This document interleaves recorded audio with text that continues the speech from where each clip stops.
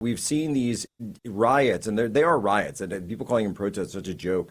Los Angeles, they spread to Dallas last night. They're attacking police officers. Now we also hear that these massive Democrat organizations are going to be mobilizing this thing. They're calling it the No King rally protests this weekend all across America. They're claiming that Philadelphia will be the flagship and that they're not going after the huge military parade, which I'll be at, by the way, with my family, who you know, this weekend on Saturday here in Washington, D.C. But just let's step back. Can you give us, from your perspective, what does all of this mean for the Democrats, for the left? I mean, we've got reports now coming out from YouGov that say ICE is actually viewed favorably among all Americans.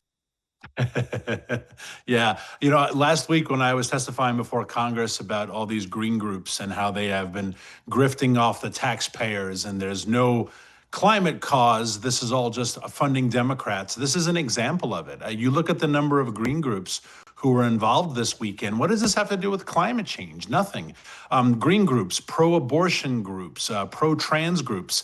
I thought this was an immigration thing, but yet when it comes to the intersectionality of leftist causes, they all get on board because it's all about Democrats. It's about Democrat operatives, about maintaining Democrat strongholds in these blue states and blue cities. And they are all on board. And they're also flush with cash. And so it's remarkable that these groups don't get more investigation.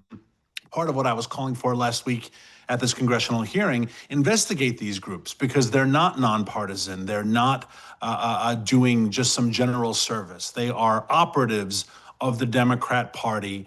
They're hiding behind their nonprofit status to just promote leftist causes and to help get Democrats elected. No, I got to ask, though, even the Green Party has lost so much support that even Greta Thunberg has left the Green movement. I just saw a video. She was like flying coach, I guess, like out of, she got gripped up in Israel and then they put her on a coach and she had like a middle seat, which is like even worse. The Green movement has to be said, you Jack, almost feel because bad for her. sometimes you Almost, groom these almost. kids I don't, and you but get almost. them ready. You teach them the ropes and then they move on to bigger and better causes. And so she abandoned the climate movement when the Death to Israel movement became sexier. And so you got to hand it to the climate folks. They've had a rough day. They lost John Kerry, right, and all of his power in the White House.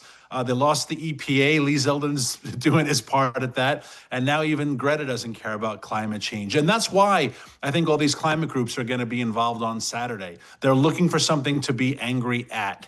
They're godless people. They hate the country. They clearly hate us.